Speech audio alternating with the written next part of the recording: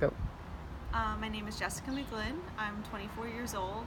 I'm from New Jersey, and I work in commercial operations for Viacom. Awesome. Thank you, Jessica, for volunteering to do the interview.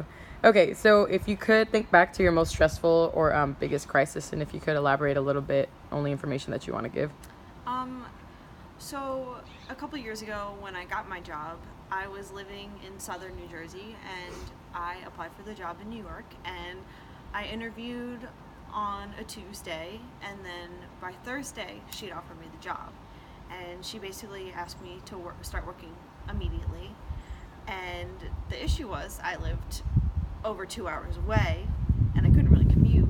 So then I knew I had to find a place to live. So I was lucky enough that my friend lived in Hoboken, New Jersey, which is a quick ride into New York. But I couldn't sleep on her couch forever. So one thing about Hoboken is that it's extremely difficult to find an apartment. Like, people are constantly moving out, and then in the next second, like, all the apartments are gone. So I was just, for like 3 weeks, was constantly under stress because I just didn't have a place to live.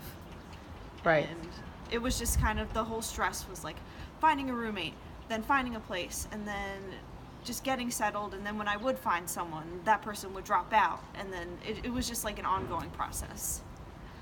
Okay. And during that time, do you remember like seeking advice from people or people giving you advice? Yes, I asked everyone and anyone if they knew anyone, what they suggest, and I was constantly like calling my mom, like having panic attacks, and she was there for me a lot during that. But that's basically what it was. Can you give me examples of what the advice was that people would tell you?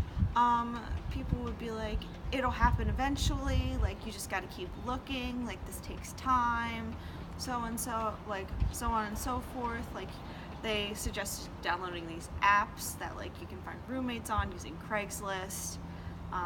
People were like connecting me with people who they know in the surrounding area, just stuff like that. But basically just like, don't stress, you'll find a place to live eventually. And who were these people? Were they like family, friends, strangers? My mom, and then also just friends, like some friends who lived in the area and had been through it before. Right.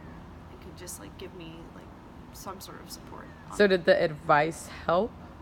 Not in the moment, no. I still had the same amount of anxiety. I had a constant knot in my stomach, and because you can hear those things, but they can't guarantee you anything. It's not like they're saying, here, I have a place for you to live. They're Right. kind of just like telling you what they think will make you feel better in the moment.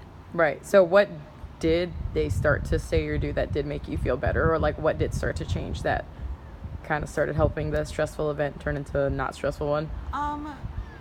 Basically, when someone gave me a lead on something, that was when things started to turn around, and I actually did find someone to live with.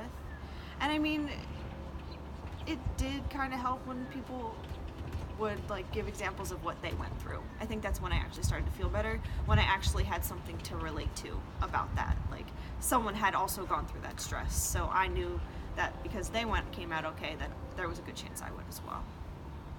Okay, perfect. So apart from that, is there anything that you wish you would have done different or heard different that would have actually like helped? I think I would try to move to a place before I get a job. Like, move there first and then find the job, so like I have a place to live first and foremost, because then I wouldn't have been living on a couch. Right. Okay, cool. Well, thank you, and